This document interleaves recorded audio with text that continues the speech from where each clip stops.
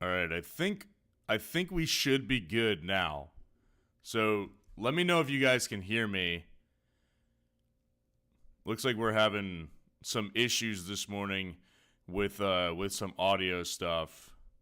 Like I said, brand new location, so it's gonna be a totally different setup right now. I am in Ohio this weekend, but for Tuesday's videos, we will be back in the normal studios, so we shouldn't be having these issues come next week. So just bear with me, guys. I'm going to get through the questions as best as I can right now. And we will go ahead and get started answering some of y'all's questions. So pop in your questions. Pop in what you had. And we're going to start going through questions right now. As long as everybody can hear me okay, then we should be good to go. We should be locked in. I did notice that I did get a super chat. I did get a super chat a little bit earlier, so I wanted to go ahead and answer that super chat right now. Make sure to drop a like on this video and subscribe to the channel if you haven't done so already. JV, I got a super chat from you, and I appreciate it. 2 flex league, which 2? Montgomery, Kincaid, Chuba Hubbard, Harris. My quarterback is Allen, and my tight end was Andrews. And my wide receiver one is Chase. I have Myers on bench. Help. So, 2 flex league. So, your tight end was Andrews, man. I wish, Kincaid is such a good play this week, man. Kincaid, I'm almost tempted to tell you to pick him as a flex option right here above guys like Najee Harris. Najee's not going to be in the lineup either way. So, I would say that we can easily rule out Najee Harris. And JV, it is a PPR league. It's tough, man, because Monty and Chuba this week for me are really close, because I do think that Chuba is going to, like I said, like if you've been following the channel all offseason, you know how I feel about Chuba Hubbard.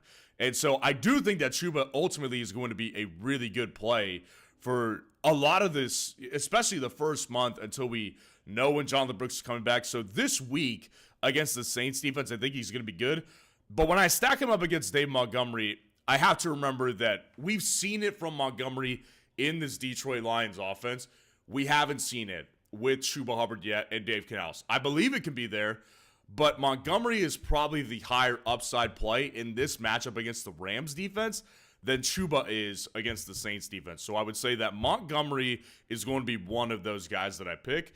And honestly, I think I have to go with Kincaid. I think this Kincaid Josh Allen stack is going to be lethal for a lot of the season, but like especially this week, since they really don't have their starters ready to go. They don't have their starters good to go as far as the receivers go. Their starting receivers are just such a collective group of guys that we think, may have upside, but we don't know for certain who's actually going to be providing the upside in this offense. So I would have to go ahead and say that Chuba Hubbard is not going to be a guy that I would play above Dalton Kincaid this week, because I think this matchup and just the offensive situation with the Buffalo Bills right now favors Kincaid over a guy like Chuba Hubbard. So I would go ahead and play that stack right there with Dalton Kincaid and Josh Allen. And I would also play David Montgomery as that other flex option. So I would go ahead and say Montgomery and Dalton Kincaid in a full PPR league right here. And again, I appreciate the super chat. As the chat fills up, guys, the way to jump the line and get your question answered immediately is to do a super chat. We're going to start going through questions right now. Poe, what's going on this morning? Good. Everybody can hear me. That's good. Purdy or Lawrence and Richardson or Goff? So I guess I'm assuming we're talking about Superflex here. I would say Purdy or Lawrence. Purdy is always going to be a solid play, I think. The only thing that really we have to worry about with Purdy's situation is that we don't know, when he's going to throw picks and everything. But this week, I've said it a bunch. I think Trevor Lawrence in this game against the Dolphins is going to be a smash play. I think Trevor Lawrence against the Miami Dolphins, this is not a good defense that Miami has this year. It will not be like last year. You could take it to the bank. The Dolphins are going to take a step back on defense this year. No more Vance Joseph and Christian Wilkins, their starting defensive lineman. Yeah, he's gone too. He's in Las Vegas now. I think that was a great signing for Vegas, but that Dolphins defense is going to be weaker. And Lawrence is not a guy I'm really comfortable playing very much, but in this matchup against the Miami Dolphins, I think that Trevor Lawrence is going to be a good play. So I would say the upside is definitely on Trevor Lawrence's side. That's why I'll go Lawrence over Purdy. Richardson or Goff, this week it was a big one for me. This was actually one I was kind of really debating in this offense right here. And I think that ultimately Jared Goff is the guy I'm most comfortable with playing. And it's not that I don't think Anthony Richardson is going to provide upside like throughout the rest of the season, but this particular week, Anthony Richardson, based on what I saw from him in the preseason action, was not inspiring and encouraging. I need to see more accuracy, more of a game plan tailored specifically for him, because in those preseason games, maybe they were trying things, but he was really inaccurate. With Goff, we know what to expect. We know we can expect 20-point floors from Jared Goff. And this week, this is a ceiling game. Against the Rams defense, the highest over-under on the week, according to Vegas, I think. So I think Goff could easily have 20 points in this game. So I would go with Goff over Richardson, and I would go with Lawrence over Brock Purdy in this game. Chris Moore, what's going on? Jaden Daniels or Kirk Cousins in this matchup? This one's closer for sure. Jaden Daniels, obviously, it's tough because he has the rushing upside that Kirk Cousins clearly does not have. And Kirk is also coming back from an Achilles injury. He's in his mid-30s.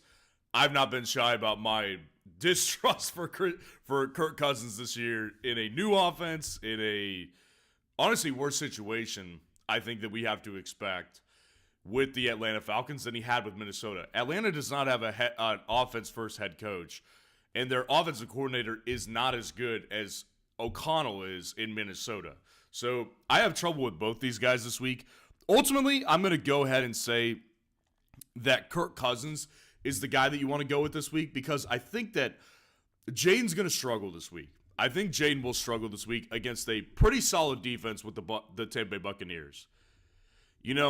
Tampa Bay's defense at home in week one against a rookie quarterback, I would tend to lean more towards trusting a guy like Todd Bowles to get this situation figured out. Whereas with Kirk Cousins, the reality is, guys, something that I'll be talking about throughout the season, and you'll hear more so when we get into the season, if Kirk Cousins is playing primetime, I'm going to bet against him most of the time.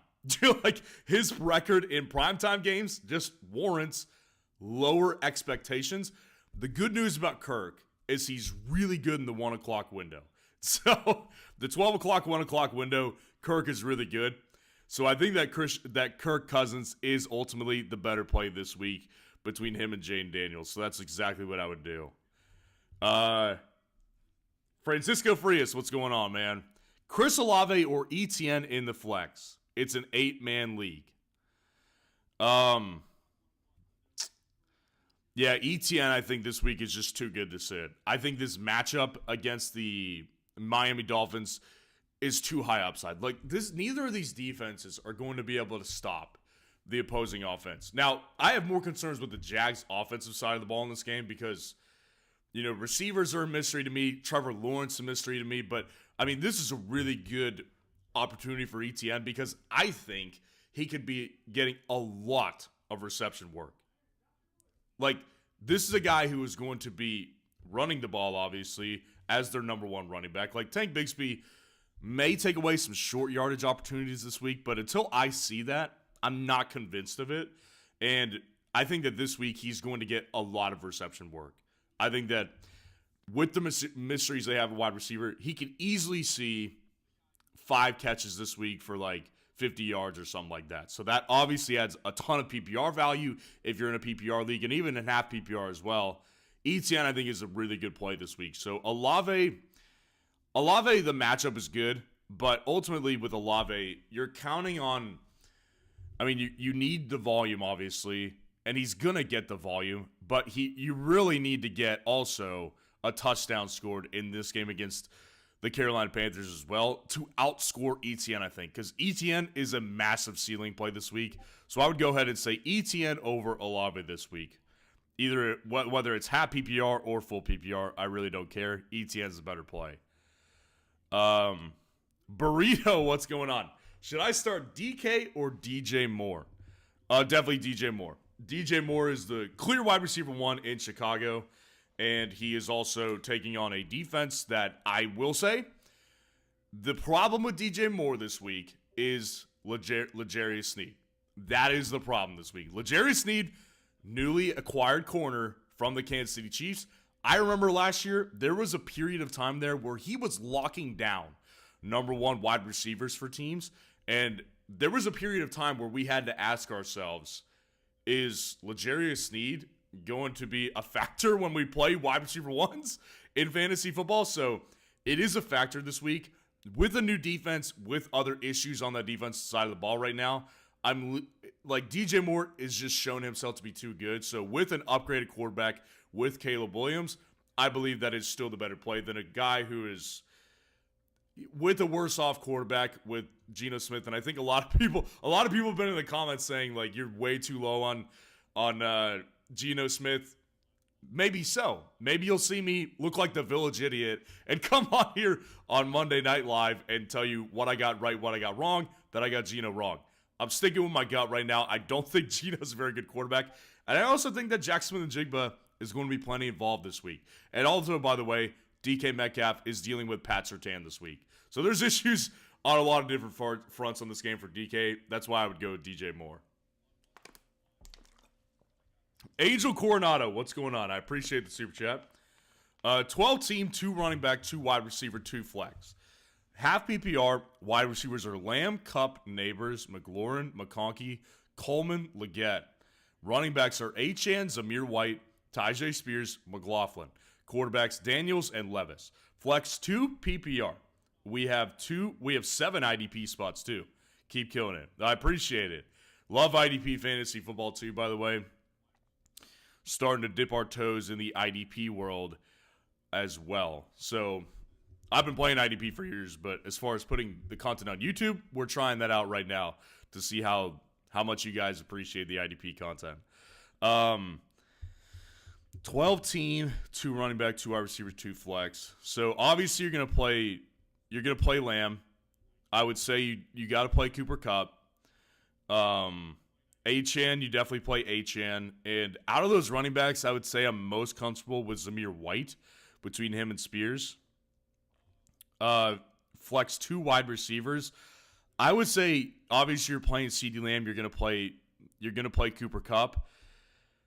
I would say that Malik Neighbors and Terry McLaurin are your best options there. So, you know, with a guy like Malik Neighbors, I've said my issues with Malik Neighbors because obviously there's going to be a quarterback issue for the majority of the season. Daniel Jones is going to limit his upside. The one thing that we can really look to for Malik Neighbors is that he's obviously so talented and such a big play threat that what we can hope is honestly an Xavier Worthy stat line from Thursday night. Like Xavier Worthy getting, 2 touchdowns on 3 touches, pretty ridiculous, right? So that's what we can hope for with Malik Neighbors, is that he's just hyper efficient with the work that he gets. So I would just go ahead and say that Malik Neighbors is the better option out of those guys because he's a super high upside guy. And in this matchup against Minnesota, I do think that they have good defensive backs. I will say that. I do think that their defense is good, but Malik is obviously a really talented player. And then I would say go ahead and play McLaurin this week. These rookies with McConkey, Coleman, and Leggett, the reality is we don't know what to expect. With Keon, I don't think he's going to be a play for at least the first month of the season. I don't think that he'll be a play that I'm comfortable with telling you guys to play in September. I think this is more of a late October, early November, and then hopefully the rest of the season play that I can count on, because obviously the Buffalo offense has plenty of upside. Based on what I saw from Keon Coleman, I don't feel confident telling my audience to play Keon Coleman this week because the reality is he just did not look good in the preseason. So I would stay away from Keon really until we see something. And I would also definitely not play Leggett. I mean, Leggett's a backup right now. Leggett is a backup right now, and he's not on an offense that I trust getting. It's not like a Dontavian Wicks situation in Green Bay where it's like, obviously Dontavian Wicks is a bad game on Friday night, gets shut out, but he's going to have upside. Leggett, I don't see that until he gets a starter spot. And with McConkey this week, I would be tempted to play him, but given that you have McLaurin, who's a clear wide receiver 1, I would definitely say that McConkey is not the play over McLaurin.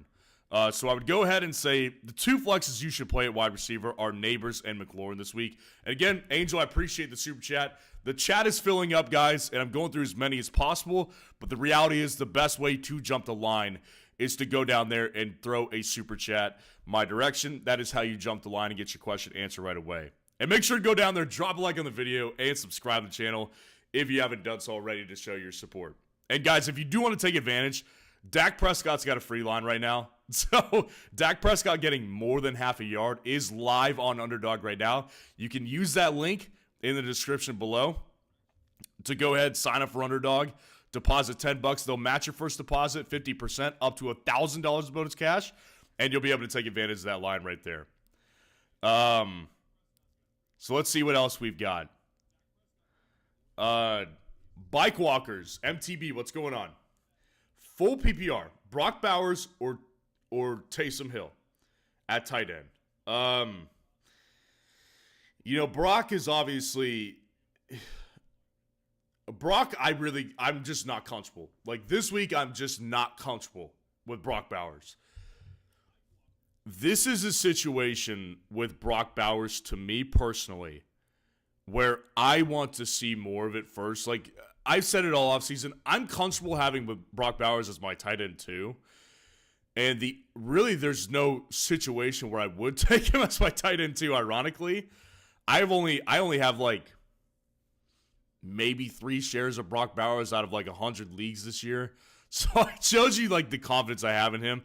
Whereas with Taysom Hill, like Taysom Hill gets touches anywhere. He gets touches anywhere and everywhere on this field.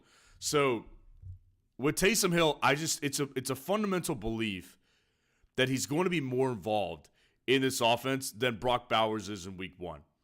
I think that Brock Bowers maybe does have upside at some point in some weeks in the season, but in this game against the Chargers, where he's probably going to see a bunch of Derwin James, and I'm not saying that Brock can't handle it, but Derwin James is going to be probably tasked with a lot of Brock Bowers this week, and I just don't really trust that it's a good situation. Taysom Hill will probably see some carries from him this week. We may see some catches from him this week. So I would just say with the versatility of Taysom Hill against the Carolina Panthers is a better matchup and a better play for upside than Brock Bowers and the play against the Chargers this week. So I would go ahead and say Taysom Hill this week is the play that you want to make. Poe, what's going on? Pollard or Zamir White? Yeah, this one it feels uncomfortable to say. I'm going with Zamir White over Tony Pollard, though, because Pollard in this Tennessee offense, I think, has more upside clearly than Zamir White does on this offense. What I ultimately need to see first is how this backfield split is going to look in real game action, because the Bears defense is tough. The Bear defense is really tough. So I do think that it's going to be really hard to watch, obviously. But yeah, I would say that Zamir White is the play, because we do know that he is going to monopolize the backfield in Tennessee. Sorry guys, I'm looking at something. Tyreek Hill was arrested this morning on the way to the Dolphins opening game. Oh, man. Oh man. Hang in there, guys. I'm trying to get some news on this Tyreek Hill situation right now. According to Adam Schefter, Dolphins Tyreek Hill was detained by police today entering the stadium for a driving violation. But Rosenhaus said Hill will play today. So, okay, crisis averted. It looks like from Adam Schefter, who is, he's pretty credible. It looks like he is going to play today. It looks like detained. He got put in handcuffs, but he didn't get arrested for a driving violation. So I'm going to keep monitoring this news right now on Tyreek Hill, and we'll get back to it when I get some updates. But that's what we're looking at right now. Dizzy B, what's going on? Appreciate the super chat. Jamar Chase, Waddle, Cooper, Gibbs, James Cook, Chase Brown, Mostert, Hubbard. Need a wide receiver, 2 running back, 1 flex, full PPR. Yeah, at wide receiver this week, Jamar Chase is the play. As long as he's playing. Let me see if I can get an update on Jamar Chase. I don't think that I have seen anything suggesting that he won't. Per Jeremy Fowler 2 hours ago, Jamar Chase woke up ill Saturday, but felt better later in the day, and the Bengals have had him in the game plan this week. And I'm seeing Jamar Chase warming up on the field today, so Jamar's going to play. Jamar's going to play. So I would say that Jamar Chase is a good play at wide receiver this week. I think Waddle's a really good play, so he may end up being my flex that I take. Let's see. Let's see. Gibbs is definitely going to be a play that I make. And James Cook as well.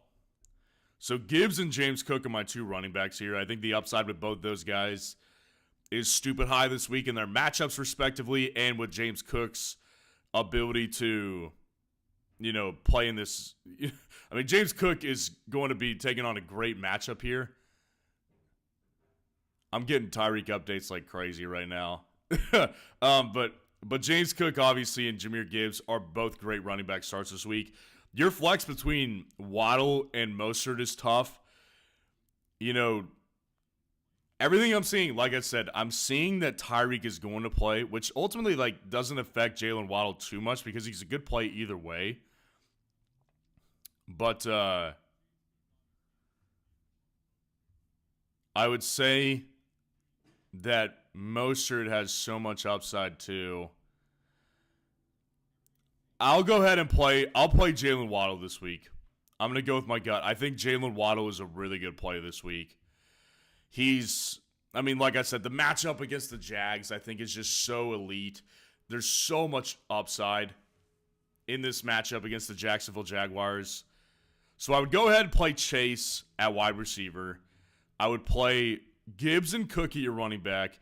And I would say Waddle is the better player over Mostert. But, the reality is, Dizzy B, you've got a lot of upside in this matchup. The full PPR is really kind of what puts it over for me with Jalen Waddle versus Raheem Mostert in this matchup. So that's what I would go ahead and say to do. Dizzy B, I appreciate the super chat. That is how you jump the line, guys.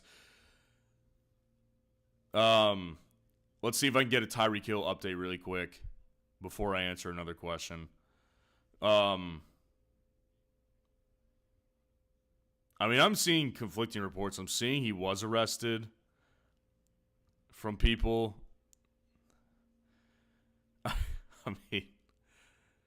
It's tough. I saw someone in the comments said that he had guns in the trunk. It's obviously, Florida is gun-friendly state, but I don't know what the regulations are as far as going into the stadium. Oh, man. Yeah, this is going to be one that we're going to have to keep an eye on throughout the rest of the morning for sure.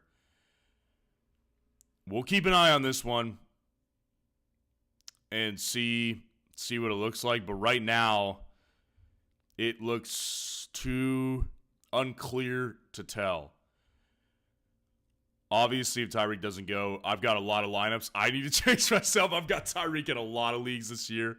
So, obviously, we'll have to see how this one plays itself out over the next, hour or so. But until then, we're going to get back to answering questions.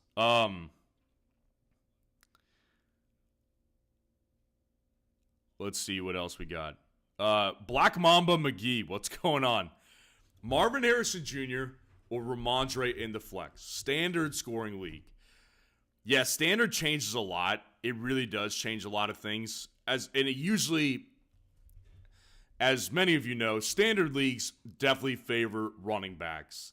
Standard scoring definitely favors running backs. Now, this is a case where I would actually still say Marvin Harrison Jr. The reason being is that with Ramondre Stevenson, not only this week, but in basically every single week, a lot of his fantasy production is going to be dependent on his receiving work. The offensive line, I don't know if you've watched the Patriots, but they're atrocious. The offensive line is a travesty over New England. So you can't count on him to have many yards per carry. He's going to be inefficient because he's not obviously the fastest running back as it is, and this offensive line is so pitiful that I don't think that he has real legitimate efficiency upside, and the only way he'll get in the end zone is if he's right at the goal line. So it's just not a confident play other than getting reception work, and in a full PPR league, that's okay. But when you're in a standard scoring league, Ramondre Stevenson's upside is pretty minimal. Whereas with Marvin Harrison Jr., I like him better to get a touchdown this week and probably to have more reception yards. Because Marvin Harrison Jr. is taking on a defense I think is probably weaker than they have been in past years, Buffalo. And he's also playing with Kyler this week. So I have a lot more confidence in Marvin this week than I do with Ramondre. Any format, but in a standard format, it changes things. Ultimately, I'd say play Marvin, though, because I think he has the better upside play as far as getting into the end zone and getting more yards. I would take Marvin over Ramondre in a standard format. Tyler Sperry, what's going on? Appreciate the super chat. Dell or Shakir? Worried about Demke's volume?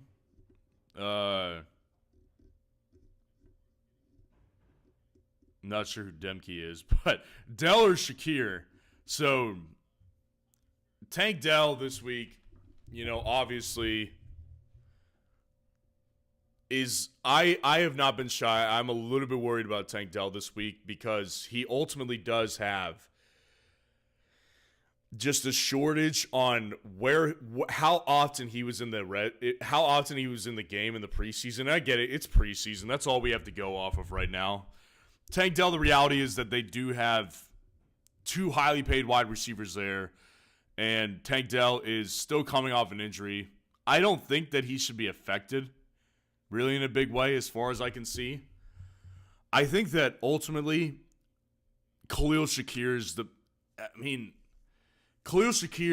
definitely has upside in this game, but he doesn't have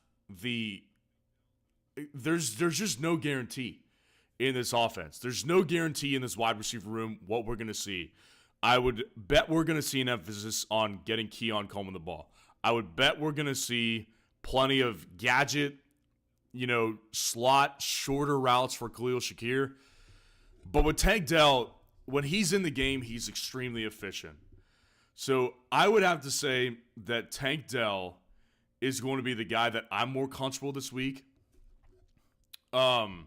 So Tank Dell, I would say is the better play. I prefer Tank Dell in this matchup against the Colts than I do with Khalil Shakir. Khalil Shakir easily could be a very fast riser for me. I could easily see myself telling you guys, Khalil Shakir is a must play. I need to see it first. So I'm going to go ahead and stick with Tank Dell, the player that I know is just better at this point in time. And again, appreciate the super chat, Tyler Sperry. A Zerb, you're up next. Bench 1 PPR, Chase, Neighbors, and Dell. Yeah, this is a more simple one for me. I would bench Tank Dell in this one. Jamar Chase obviously is going to play. I will go ahead and say that Tank Dell is definitely not as likely to see the volume as Chase and Neighbors are. Like, Jamar Chase, we know he's going to play, so we've got that one figured out. I love his matchup, obviously, against the New England Patriots. I could easily see him hitting a big play. You don't sit Jamar Chase based on draft capital anyways.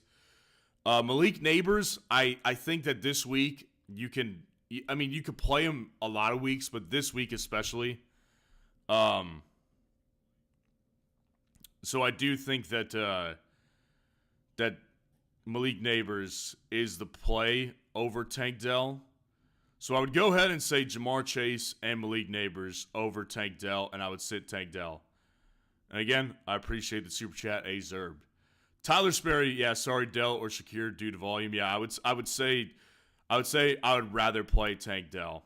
I would rather play Tank Dell over Khalil Shakir. Like I said, we could easily see a situation where Tank Dell is, or we could easily see a situation where Khalil Shakir becomes a must start because of the lack of, competition in this offense from wide receivers. But right now, I would say I'm only confident in playing James Cook and Dalton Kincaid, and of course Josh Allen's Buffalo offense. King 12, what's going on? Appreciate the super chat. PPR, Higgins was my flex. He's out here. Are my options for his spot? He's out here. My option for his spot. Raheem Mostert, Brian Thomas Jr., Roma Odunze, Jacoby Myers. Who do you like? Raheem Mostert is going to be the guy I ultimately will play in this matchup. I will say that let's see if we can get an update on Keenan Allen.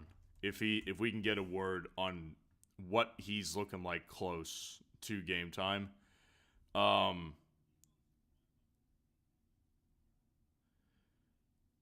From what I'm seeing, it looks like Keenan Allen is expected to play today. So that lowers the upside, I think, of Roma Odunze. But, obviously, we could see Roma Odunze easily have, he could easily have a good game still, I think. So, yeah, I would say Raheem Mostert just based on matchup.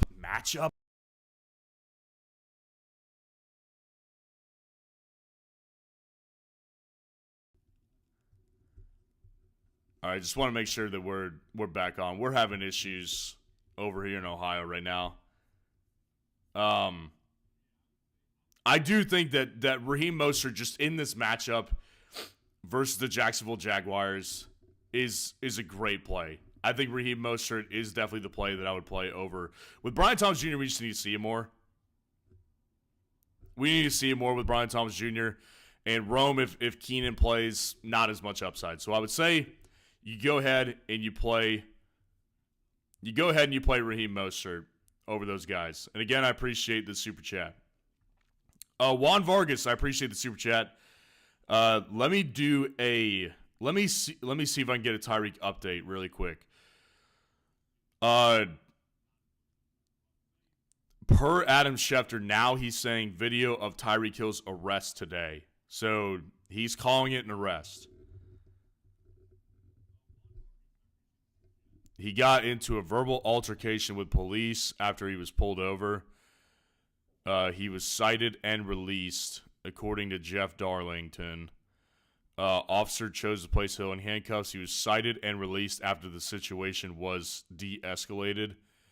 The Miami Dolphins, let's see what they said. This morning, Tyreek Hill was pulled over for a traffic incident about 1 block from the stadium and briefly detained by police. He has since been released. Several teammates saw the incident, stopped to offer support. Tyreek and all other players arrived safely, yada, yada, yada. So it looks like Tyreek's going to play today. Not a good situation for sure. Tyreek is definitely not one to avoid controversy. So we'll just have to see how it plays out. It looks like Tyreek's going to play this week from everything I can see. And again, I'll keep you guys updated. I'm going to keep looking at this, getting updates by myself. So we will see how it ends up turning out. But Juan Vargas, appreciate your patience. Dak or Fields? I got Kamara and Tyreek and Tyreek Hill. I beg Hubbard is on my bench. Should I play Hubbard over Kamara? So we'll go ahead and say Dak over Fields for sure. Like I'm actually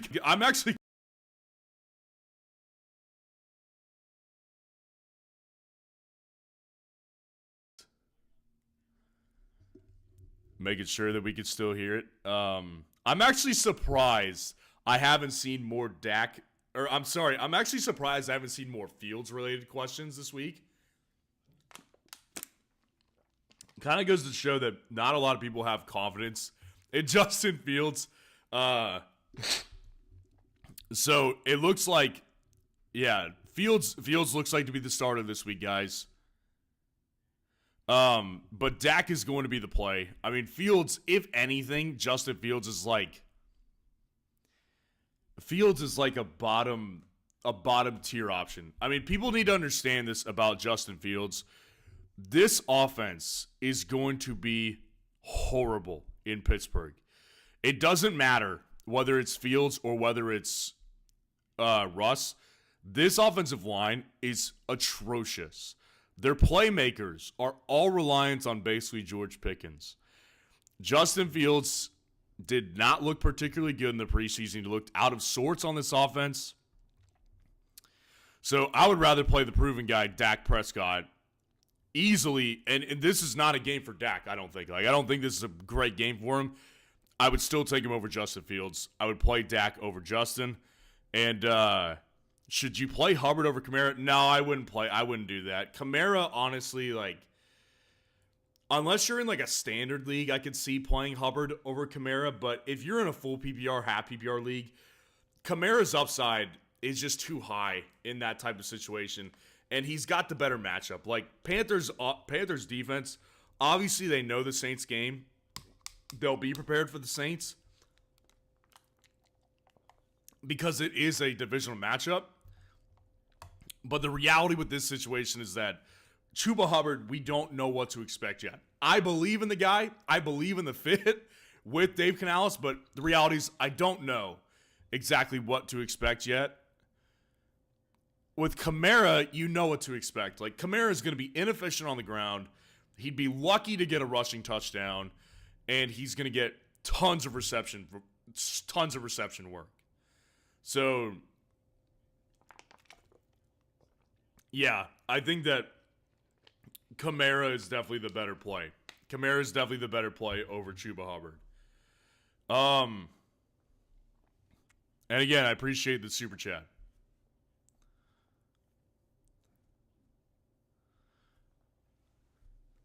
Chris Cross, what's going on? Appreciate the super chat. What's up?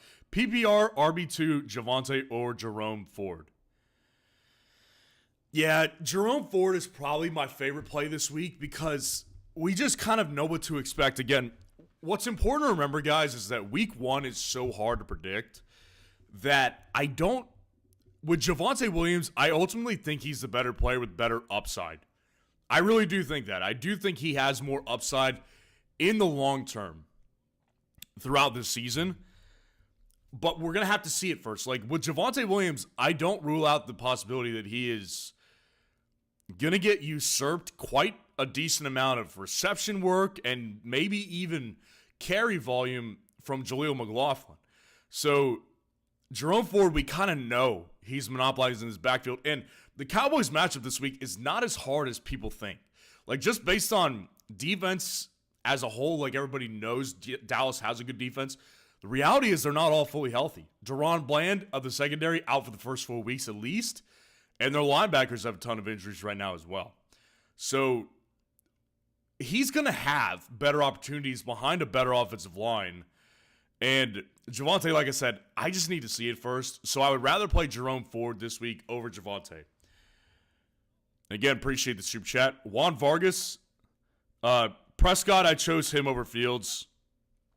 And even with Javonte, I would still prefer Kamara here because it just doesn't look to me like Javonte, I can trust him. I can't trust Javonte over Hubbard even. Like, I would prefer Hubbard because at least we know with Carolina that Miles Sanders is their RB2, it's not going to get real work. Like, they saw enough last year. Like, they paid Miles Sanders a lot of money, and he has not even been, like, thought of as close to a starter since, like, week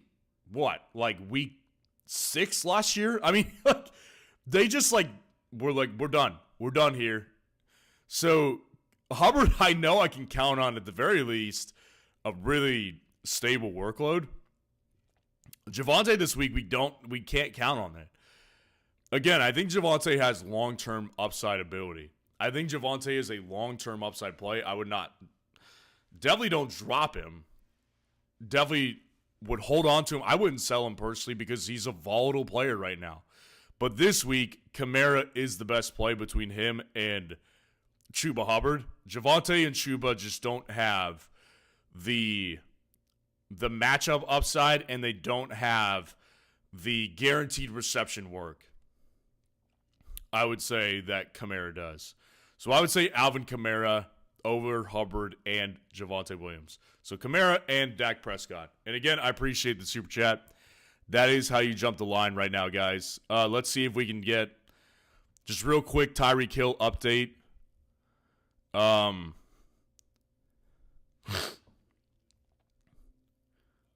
Yeah, I'm not seeing anything new. I mean, as far as I can see, Tyreek Hill looks like he's going to play.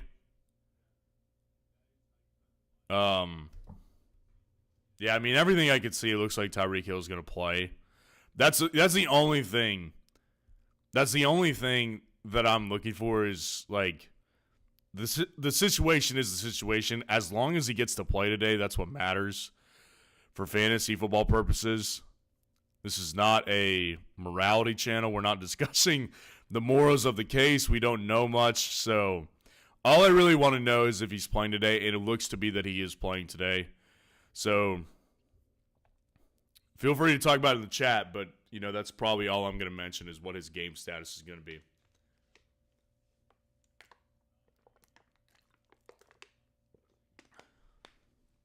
Okay.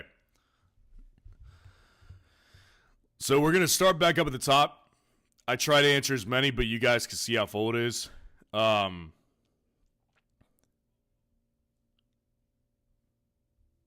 Let's see what else we've got. Back up at the top here. Should I drop Purdy for Fields? So, yeah, this is obviously a Justin Fields question I want to address because people want to know what the upside of Justin Fields is. You know, again, this is something I like to mention because it's important. As a Steelers fan, it's important to always remember that fantasy football analysis comes first for me. The reality with the Steelers is their offense, I don't care which one of those quarterbacks is in there, is low upside. First of all, we don't know, like, well, we kind of do know, neither of these quarterbacks are really going to push the ball at a really efficient level. Like, Russ is not going to push the ball down the field, and Fields, the reality is, he's just simply not that great of a thrower. We've seen quite a bit from Fields. Of course, what Fields provides is the rushing upside. And he's going to need it because this offensive line in Pittsburgh is atrocious. It's atrocious. For me, like, Brock Purdy is not someone I would drop. Like, if we were talking about, like, Bryce Young or Bo Nix, somebody along those lines, then we can talk. We can talk about maybe dropping those guys for Justin Fields. But for a guy like Brock Purdy, who's going to get you a really solid and steady 20 to 25 points, Justin Fields is not someone that you want to drop for him because exactly what's going to happen is you'll drop him and then somebody else guaranteed will pick him up. And then you won't have that opportunity. And, like, based on what I know about the Steelers and what Mike Tomlin has been saying, Russell Wilson is their guy. So the only way I see Russell not starting next week, for example, is if Fields comes out and has an amazing game, which could happen. Maybe it happens. I'm betting against that, though. So the long-term upside just simply isn't there to drop Fields or to drop Purdy for Fields in that situation. So I would say, yeah, you keep Brock Purdy over Justin Fields for sure. He just does not have the long-term upside, and the short-term upside, I don't think he has either. I would play Purdy over Fields easily this week against the Jets.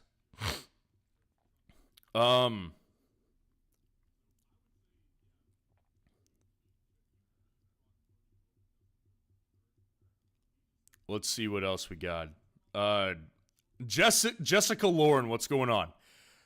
Collins, Puka, or Debo? Full PPR. Yeah, this week I love Nico. I love Nico this week. I love him this year, but I like all these guys this year. With Nico this week, I think he's the clear number one, and I think that this offense is really pass first. I think that this Houston Texans offense is going to cook this year through the passing game, and I think it's led by him and C.J. Stroud. With Puka, great play as well. I think Puka this week is a great play. If you have to choose one out of the three, you've got good problems there, Jessica, because those three options are fantastic this week. Puka, I would say, is the second, and Debo is the third. I would find a way to get all of them in there. I mean, unless you have just like ridiculously stacked running backs, there's not many scenarios I could see keeping those three guys out of the equation this week for myself. So if you have an opportunity to put all three of them in there, that's what I would shoot for. But between the three, I do believe it goes Nico, Puka, and then Debo this week.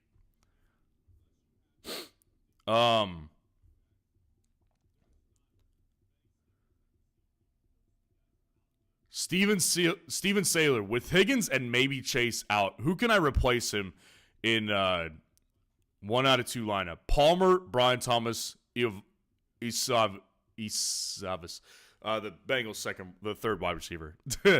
Well, Chase is going to play. We'll get that one first. Jamar Chase is playing today, so no need to worry about that one to an extreme level. And Palmer, Brian Thomas, or Isavis, I would say that, this week for me, I think that Brian Thomas Jr. actually has a lot of upside. In this matchup against the Dolphins, I could easily see him hitting a big play. Now, I want to make it clear for people is that people need to understand that this Brian Thomas Jr., I think the hype has gone overboard. I don't think he's a pro-ready prospect. I've never thought that. Based on what I've seen from his game, he's not gonna dominate target share. So what he's gonna need is he's gonna need big plays. He's gonna need big plays in this offense, and I think it could happen this week. I think this is a good week for him.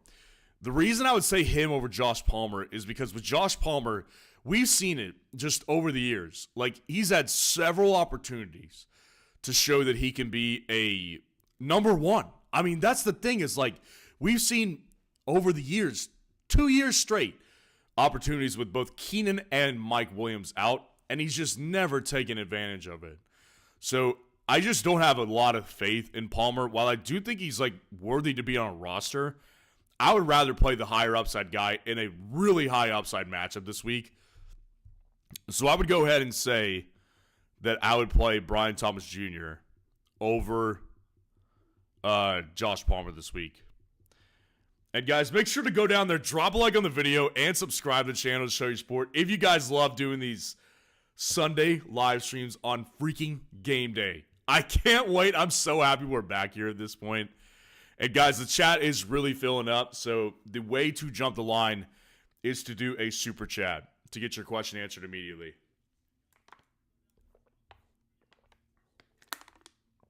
And again, guys, check out the Dak Prescott line. On Underdog, more than 0.5 yards is Dak Prescott's line, so it's a guaranteed W. And there's a link in the description to get to Underdog.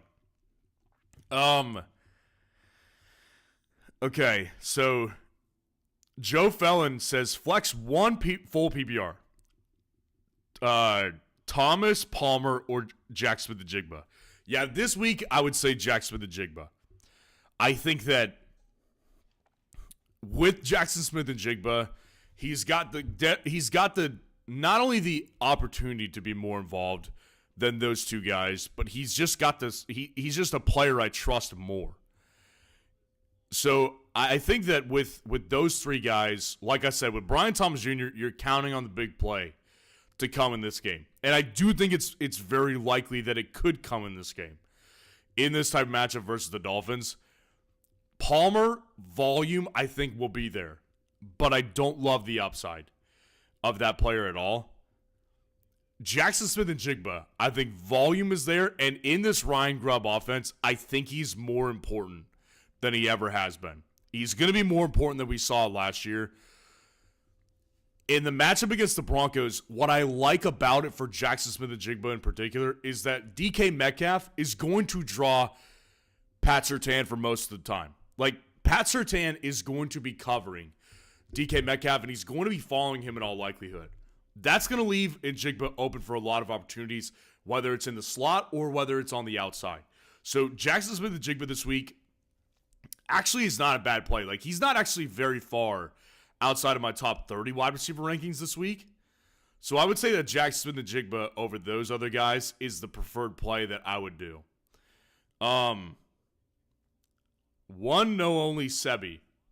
Need two at flex. Ayuk, Waddle, Olave, full PPR. Definitely Waddle. Waddle's got to be one of those guys. He's just got so much upside in this matchup against Jacksonville.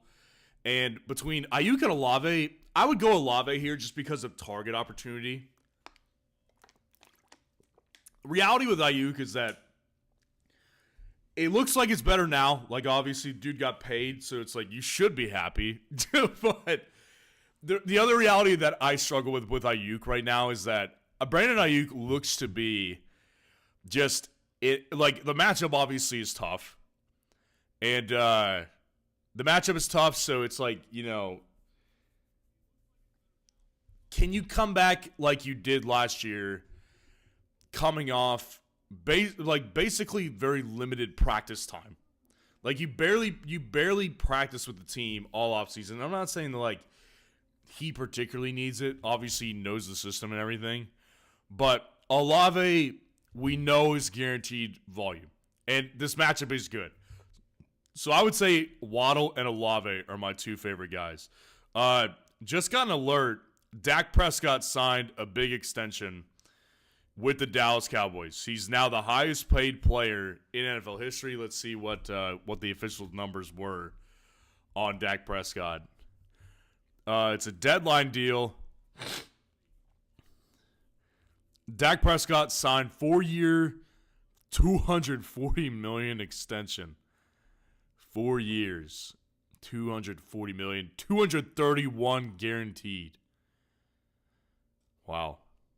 So we know that Dak Prescott is not going anywhere. It's him and it's CeeDee Lamb, and that's the identity of the offense. Which, you know, I think that's what McCarthy wants. I think he wants a pass-first offense, which is ultimately why I say, like, I want to see Dak Prescott, I want to see a running back in this offense on my fantasy team, but not that bad.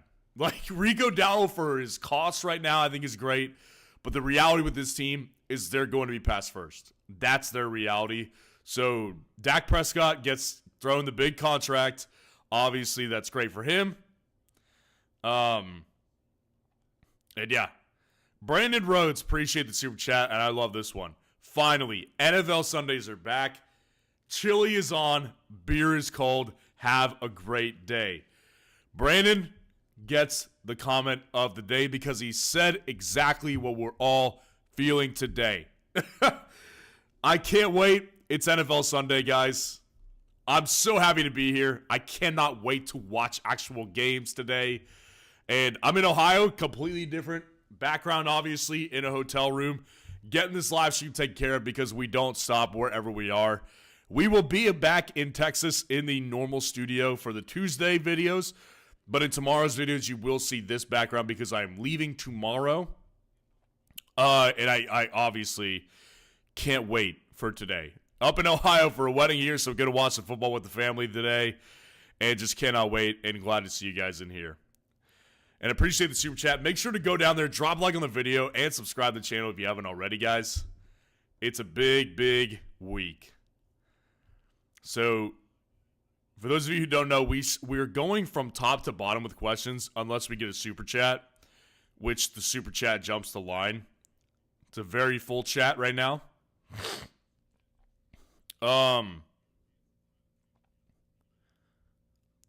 Finesse Kids, start Pickens or Shakir?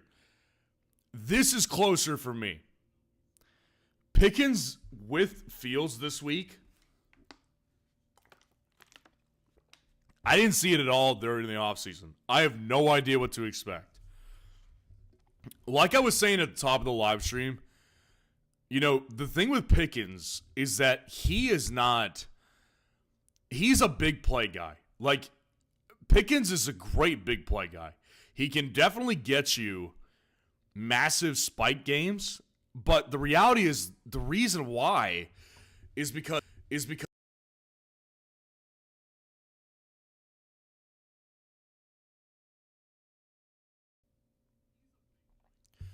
Pickens is not a great route runner, and Justin Fields, I just don't know what to expect. So for me personally, I would actually take the upside with Khalil Shakir this week.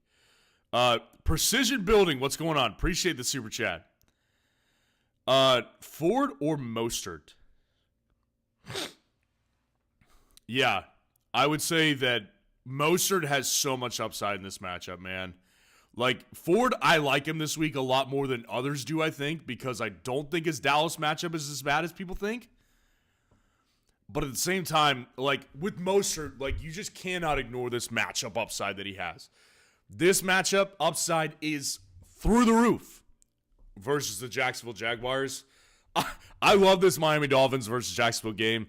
You're very rarely going to see me say to bench a Dolphins player this week.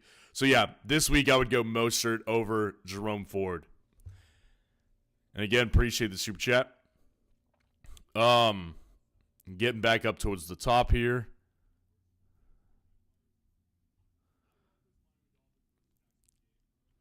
Miggs, start Dak or Fields? Brian Thomas Jr. or Palmer? Yeah, we answered this one, I think, a while back. Dak over Fields and Brian Thomas Jr. over Josh Palmer. Elijah Percy, Pickens or Jamar? Definitely Jamar Chase. Shubs, Garrett Wilson in the flex full PPR, a good play? Yeah, definitely. I mean, the only reason that you would have to worry about George Pickens, or the only reason you'd have to worry about Garrett Wilson is if Aaron Rodgers gets injured. That, it's all reliance on that. Even if Aaron Rodgers is not as good as his MVP years, and I don't expect that. I don't expect we'll see the same Aaron Rodgers. Even if that's the case, he's going to dominate in target share, and Aaron Rodgers will be able to deliver. Because regardless of if Aaron Rodgers looks the same or not, and again, I'm not expecting he does, the reality is he's light years better than anything he's ever had to deal with Garrett Wilson. So Garrett Wilson, yeah, I love Garrett Wilson's upside with Aaron Rodgers. Zach, what's going on, man? Good to see you in here. Love seeing the channel grow. Well, I appreciate you. I appreciate the super chat. Zach is a OG. Zach is one of the guys who has been here with us since before I had 1,000 subscribers, I think. So, Zach, appreciate your support, man. Good to see you in the chat here today. And, guys, make sure to go down there, drop a like on the video, subscribe to the channel. And if you really do want to help out, support the channel, there's a link in the description. You can check out Underdog, sign up for Underdog using code FFN. Take advantage of that Dak Prescott line, deposit $10, you'll get 50% match, up to $1,000 of bonus cash. That is a good way to support the channel. And, guys, I'm just happy football's here. I cannot wait that we actually get to watch real football today. It's awesome. J Hang 20. Got offered Amon-Ra and Rice for Brees and Diggs. Do you take it? RBs are Brees, Achane, and Montgomery. Wide receivers are Puka, DK, and Diggs. 2 running back, 3 wide receiver, 1 flex. It's tough to sell Brees, man, but personally, I would take this one. With Amon-Ra St. Brown and Rashee Rice, you're getting 2 wide receiver 1s. I mean, that's the reality here. You're giving away possibly the best running back in the game this year, but you're giving away a bottom-end wide receiver 2, I think, this year in fantasy. I think that's what you're doing. So with Amon-Ra St. Brown, like, you're obviously getting a top 3 guy, top 5 guy at the very least, probably. Rashee Rice is a guy that people obviously are starting to come around on after he comes out and has a good game and is the clear wide receiver 1 for Kansas City on Thursday night. But the reality is that, like, I don't think people really know what his value is yet. And I've been trying to say it. You know, Rashee Rice's value needs to be like around top 15 wide receivers in fantasy. I mean, his upside in fantasy this year is sky high. He's the clear number 1. Hollywood Brown doesn't affect him in the slightest. Like, there's not even a question when Hollywood comes back if he's going to be as relevant. I mean, so, yeah, to me, you know, a guy like Rashee Rice needs to be top 15. And I think it becomes more clear to people. I've been saying that for a while, though. And like I said, with Breece, obviously it's tough to sell him, but, like, you're in a 3 wide receiver league, which just values wide receivers more in your scenario. And I don't think that your wide receiver room without those 2 guys is particularly strong right now. So I would say that your running backs are fine. Like, you dealing with Montgomery as your number 2 running back and Devon Achane as your number 1, I think is great upside.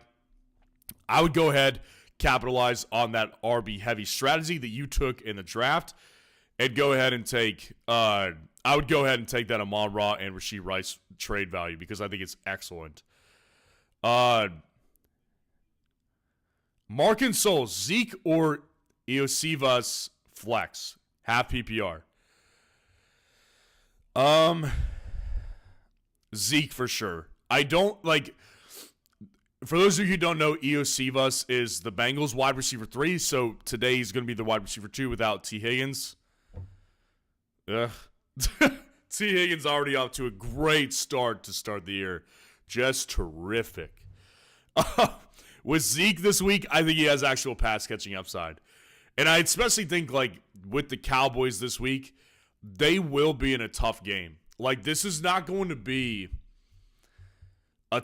it's not going to be an easy game. In Cleveland this week against that Cleveland defense, I think is really a brutal matchup. And Zeke, I think, has pass-catching upside. Iosivas, I don't know what to expect. Like I said, I think earlier in the week I was talking about this matchup, and it's like, I think this is going to be a not as close, not as much of a beatdown as people think. I think that the Bengals historically start off slow. With Joe Burrow, they just start out slow. So I think there's a pretty strong chance that they start out relatively slow in this matchup. And Iosivas is not as involved. Like, we just don't know what to expect from him as is. So I would go with Zeke in this matchup over Iosivas, the Bengals wide receiver 3, wide receiver 2 this week, obviously. King of World 69, Ridley or Deontay Johnson? Yeah, this week it's Calvin Ridley for me. Calvin Ridley, I just think that, you know, against the Bears, not an ideal matchup whatsoever. But with Deontay Johnson, like, I think the notion that he's going to be their target guy like Adam Thielen was last year, it's just kind of not sitting right with me right now. Like, I know he can handle, like, 10 targets in a game. But the reality is, guys, like, this is, like, they didn't get rid of Thielen. And I'm not saying that Thielen's going to, like, be better than Deontay this week. But Thielen's still there. And there's really not, like, I don't think a clear mandate on who the clear wide receiver one's going to be. Like, last year with Thielen, it was really all on him. Last year with Thielen, he was the only wide receiver they had that was actually viable because they had Jonathan Mingo, who I was like, why would you draft him in the second round? And, I mean, I think they had DJ Chark as a deep threat. I think that was last year. But this year, no, that wasn't last year, was it? No, they didn't have much of anybody. This year with Deontay, he's got Thielen. He's got Jonathan Mingo. He's got Xavier Legette. Like, there's options here that I don't think that he's going to be anybody I can rely on right away. So I would wait to see how this Deontay Johnson target share in Carolina goes before I went ahead and played him. I would go ahead and play Calvin Ridley in this matchup. I think he's guaranteed to get that target share.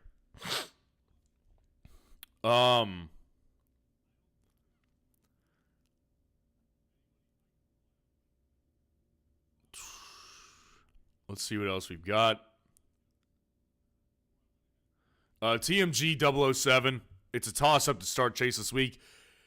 Jamar Chase is playing. For those of you who did not get the news, he is 100% playing at this point.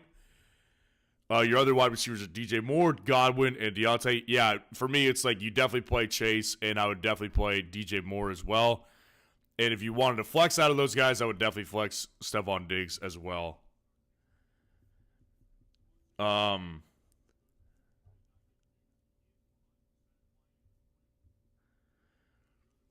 Do I start Ayuk or Kirk? Yeah, this week, it's tough, man, because like I really do like Christian Kirk this week. Now that we do know he's going to play in this matchup against this Miami Dolphins secondary, I love the opportunity. I ultimately would say I would probably play Ayuk this week. No, I'm going to play Kirk. I'm going to go with my gut here because with Ayuk, there's just the offseason issues and the lack of practice time. I don't know how likely it is that he'll be really, really good right away. And against the Jets defense is just tough. Kirk is going to be heavy on targets and, he's going to be in a great matchup. So I would go with Kirk. Grassy FPS, what's going on? Appreciate the super chat. We starting Andre Iosivas over Marv or Nico? Absolutely not. Not a chance. Not a single chance. Like I said, with Iosivas, we don't know like what he looks like really. Like many of us probably have not seen much of him. Like I've seen some of him. He looks okay, but we haven't seen him work with Joe Burrow much. We haven't seen him work with the starters very much. And I mean, those two guys, Marv and Nico, like there's no way I would ever advise sitting them for someone like Iosivas personally.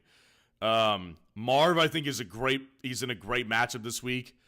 And Nico, I don't necessarily love the matchup against the Colts, but I just think that clear wide receiver one with a quarterback that I think is going to be elite this year. And Vegas thinks so too. Vegas thinks that he's going to be second in the league on passing yards this year. So I ultimately there's just no way I could rightfully in my right mind tell you to play Iosivas over Marv or Nico. If we were talking about Iosivas versus like Pickens, I'd be talking. If we were talking about him versus Jackson the Jigba, DK Metcalf, I would say let's have a discussion. But those two guys, like there's just no way that I could there's no way I could rightfully tell you to start him. But I see you say you believe in him. Listen, Grassy, you know the channel. You've been here long enough. My ultimate advice is that, listen, I've been playing fantasy for more than 10 years. I've won 36 championships over that amount because I play so many leagues per year, both redraft and best ball leagues. And so I know that I have the experience where you can trust me. But the ultimate reality is that if you feel in your gut that you don't believe, like you don't agree with what I'm saying and you have a better option, go with your gut. Always go with your gut because a lot of times your gut is right. That's like my ultimate piece of advice to you guys is just play what you believe you should play. If what I say doesn't sit right with you at all, play what you want to play. And of course, we're always good to smack talk. Nobody should take anything personal on this channel. We're all just coming together to talk football. We can talk smack. It's fun because football is just something that brings us all together. So if you believe in Iosivas, play him. I just cannot. There's no way I could tell anybody to play him over Marv or Nico. Just not a single way in my head I can justify it personally. But again, I appreciate you being here and I appreciate the super chat. Bruce Cowdery, What's going on? Rome or Dunza? I know what you meant. I like that version of spelling, though. Rome or Dunza, or whoever is the number 2 receiver for the Bengals. See, this is now we're going to get talking. Now we're talking about something that I can easily say is a more logical discussion for me to have, because Rome Odunze is, like, we now have word that Keenan's going to play this week. At least I think we do. Let me double check and make sure Keenan is playing this week. Keenan Allen. He's active. Yeah, I mean, he's going to play this week, so that makes me more reluctant to play Rome Odunze this week. I would rather wait another week to play Rome Odunze. I would rather just wait to see what his involvement will be like with Keenan Allen. Because like I said, I ultimately do believe that Rome will take over at some point during the season. I don't think it's this week, though. I don't think it's going to be this week with Keenan Allen. Iosivas, number 2 receiver, does have upside to a certain extent. In this matchup against the Patriots, I probably would play Iosivas over Rome. Rome, if Keenan did not play, Rome would be the guy here. But since Keenan is playing, I will play Iosivas. This is a great example of the range that I'm looking to play Iosivas in now that we know T. Higgins is not playing. And Jamar may not be at 100%. So Iosivas I would play over Rome Odunze. And again, appreciate the super chat. Nate Dogg, my man, what's going on this morning? Keenan and Jigba or Hubbard? Good morning to you as well, Nate Dogg. Good to see you in here this morning. Yeah, I think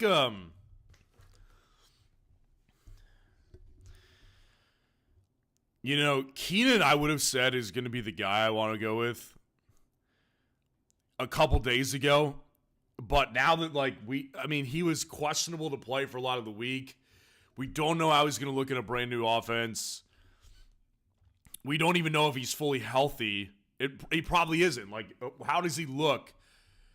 Whereas with Chuba this week, I would play Keenan over Jackson and Jigba still personally. So I would say go ahead and play Keenan over Jigba. But with Hubbard this week, I really just am ultimately believing in the player. I think the matchup is not particularly great for Hubbard. But I do think that Hubbard with Dave Canales is just, I'm just, like I said, if you've been watching the channel, you know I'm big on Chuba Hubbard this year. I think he's got more guaranteed volume than Keenan does this week. So I personally would go with Chuba Hubbard over Keenan Allen just based on volume. But, I mean, honestly, Nate Dogg, I know you're a Bears fan. If you feel like Keenan Allen's a better play, go with your gut. Like I said earlier, I think that Keenan this week, coming off an injury on a new team, it's just something I struggle to get behind. I think that I'd rather see Keenan play a week to see how he looks in the system, see how comfortable he is. He's obviously a great player who can fit in a lot of different schemes. But with a new quarterback, we'll see who he prefers to throw to. So I would say Chuba Hubbard just monopolizing the backfield in Carolina puts me over the edge. That's why I would say Chuba Hubbard this week. Again, appreciate the super chat. Bo, what's going on? PPR, JMO or Iosivas or A.D. Mitchell? Iosivas over all those guys. Yeah, again, I love to hear these Iosivas questions because with Jameson Williams, I actually think this is a game script for him. I think one thing that'll be important for you guys with Jameson Williams, and of course, we're talking before we've seen him play this year, I think that this year, the best way to look at Jameson Williams is not to have expectations to be too high. I don't think that we're going to see much from Jameson Williams that puts him over what he did last year.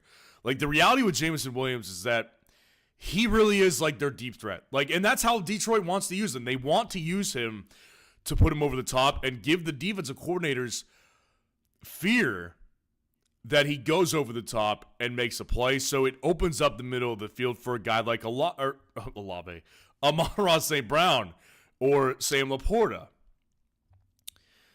So we really just, in fantasy terms, you're relying on big plays with Jameson Williams, which I think could come this week. With Iosivas, we know the volume's coming this week. With no T. Higgins and then probably less than 100% Jamar Chase, Iosivas is the better play. And A.D. Mitchell, I just want to see how that one works first. I'm really not big on Anthony Richardson right now. I've been scared off of him in a lot of ways over the last several weeks, just watching him play the preseason. So, A.D. Mitchell, again, I think probably similar to Jameson Williams, where it's like probably more of a big play type of guy than it is a volume play. So I would say that you want to go with the guy who I think has the most upside to get the volume. And I think this week it's going to be Iosivas over Jameson Williams and A.D. Mitchell. Let's see what our Tyreek Hill update is if we have one. I mean, everything looks like he's going to play this week. Yeah, it doesn't look like there's any news. Looks like he's going to play. Looks like Drew Rosenhaus spoke to ESPN like a couple minutes ago. Jeez, that was nasty. Yeah, it looks like Tyreek's gonna play, so I don't think there's any real reason to worry. Let's see what our inactives news are right now. NFL Week 1 inactives. Let's see what our inactives list is.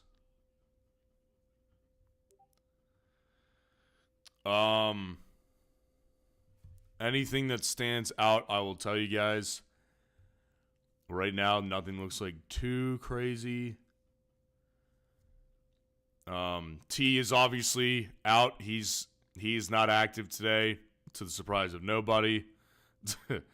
Marshawn Lloyd did not play the other night, and Josh Jacobs was a little disappointing to me, but kind of expected it. For the Texans today, Cam Akers is inactive, so it looks like Dameon Pierce is definitely the RB2, and then it's Dare Gumbawale as the RB3. Josh Downs is inactive for the Indianapolis Colts. We kind of expected that. Matt Gay at the kicker position is inactive. That's why part of the reason why he wasn't inside the top 12 on my kicker rankings this week.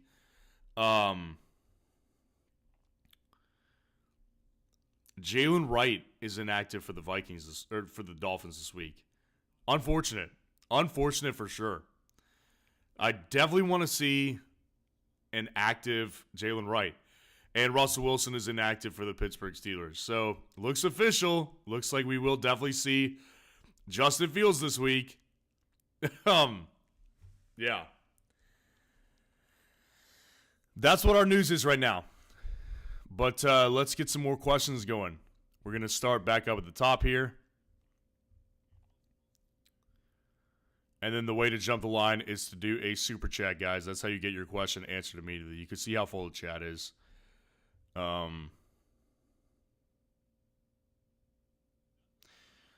Tyler Sperry, Ferguson or Otten? Ferguson this week for sure. Yeah, Ferguson this week. I think Ferguson's going to be a great play for a lot of the season.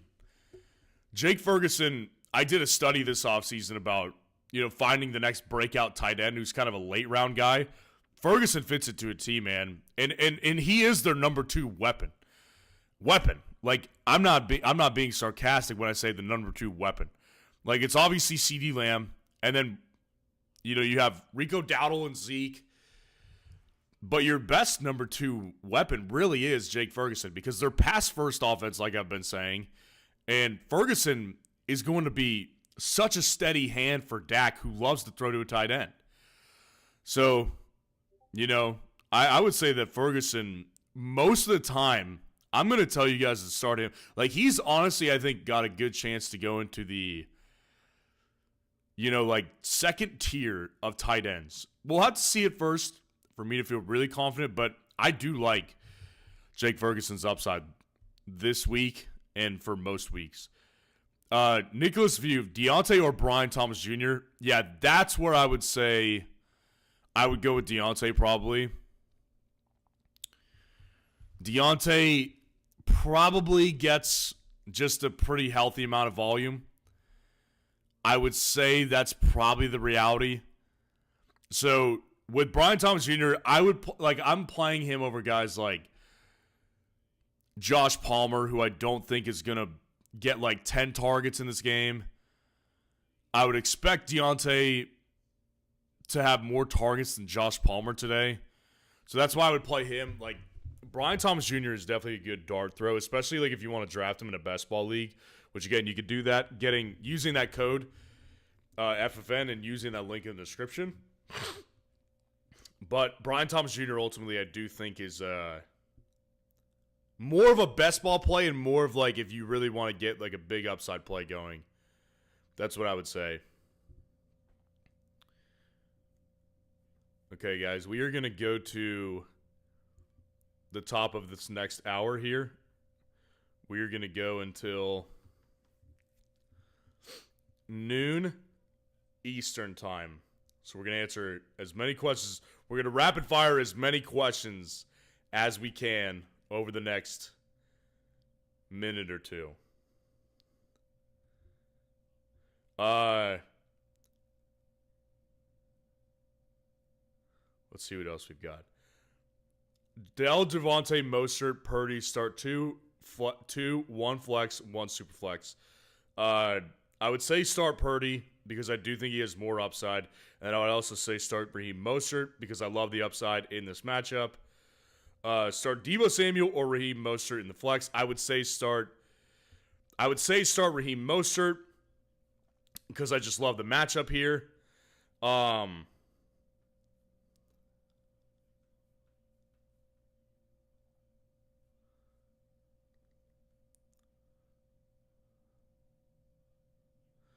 Odunze, Singletary, or Ladd in a full PPR. I would say Singletary. I would say Singletary because we know the workload's going to be there for Singletary. I don't love saying Singletary though. I'll be honest with you. I want to play one of those rookies, but not this week. David Peters, Ford, Hubbard, or Bengals running back. Hubbard. I would go with Chuba Hubbard over all those guys. Bossman, pick one wide receiver. Starter, Christian Kirk, Chris Godwin, Terry McLaurin, or Calvin Ridley. I would say, this week I would say Christian Kirk. Yeah, Christian Kirk is probably my favorite guy to get. Yeah, I think that Christian Kirk in this matchup is just really excellent. And let's answer some at the bottom here, too. Joe Brascia, McConkey, Coleman, or Ayuk with him being limited this week? PPR. I would say Ayuk. Yeah, I don't. Ayuk is still in a different tier from those rookies who we just don't know quite what to expect yet. Like, I think that McConkey will be involved this week, and I think he is playable to a certain extent. Keon, I would not play until I see more. I need to see more from Keon Coleman in this offense to be comfortable telling everybody to play him. So I would go with Ayuk here. I just think he's in a different tier. Spencer Kuhn, you don't think Sauce will be on Debo? I do. I do think Sauce is going to be on Debo. I ultimately just think that Debo is still just a higher upside guy because the reality with Debo is he gets his opportunities so many different ways. Like, Sauce can't follow him on a jet sweep and go run him down when he takes off. You know what I mean? So it's tough to say that he's going to be like all over him. Angel Coronado, what's going on? Appreciate the super chat. Fields or Daniels? Now we're talking about more. We can talk more seriously, I think, about starting Fields over Jaden. I wouldn't personally do it still. Jaden Daniels this week, I think, is still the better play because Jaden Daniels is, I think, a better player. I also do think he has more offensive help than Justin Fields does. I mean, the reality with Justin Fields, like I keep saying, is that this offensive line is atrocious in Pittsburgh. And also, if you don't have George, and like they're gonna have George Pickens this week, but outside of Pickens, there's nothing. And you can make that argument with the Commanders too. And I think that's a legitimate argument to make because they do have clear weaknesses outside of Terry McLaurin. I think that ultimately, though, with those two guys, Jaden Daniels against the Bucs, I would still play him. Like, this is a more serious one for sure. My gut tells me Jaden Daniels over Justin Fields because he just looks better as a thrower to me than Justin Fields does. So, like, if it comes down to it, they're both going to get a certain amount of rushing upside, but I think that Jaden Daniels this week I think he's just a better player. I really do. So I would go ahead and play Jaden Daniels over Justin Fields this week. That one's more of a gut call for sure, though. Like, there's not really a great logical argument I can make for having Jaden Daniels over Justin Fields, to be completely honest with you guys. Like, logic would actually say, for many, start Justin Fields over Jaden. You know, going with your gut is important, though. Like, understanding, and like for me, a lot of what goes into my gut decisions is just seeing how players look on the field, seeing how things come together on the field. With Justin Fields this year, it just doesn't look like he has legitimate upside in this offense. It really just doesn't look like that to me. Daniels, I could see the upside. I could see the path, clearly. So I would go with Jaden Daniels over Justin Fields. And again, I appreciate the super chat. And I have to go ahead and sign off for the day, guys. We're going to go enjoy some football. And like I said, I will be back in the normal studio come Tuesday's videos. Tomorrow's videos, you will see the hotel background once again. And I'm just really looking forward to watching football with you guys today, man. Can't wait to watch our football. Make sure to go down there, drop a like on the video, and subscribe to the channel on your way out if you have not done so already. And take advantage of that underdog line. Before you go, in the description, click on that link to get to underdog. Take advantage of that Dak Prescott free line of him getting more than half a yard. And again, guys, I will see you guys tonight on a special video, and I will see you guys tomorrow on our other videos. So everybody have a great rest of the day.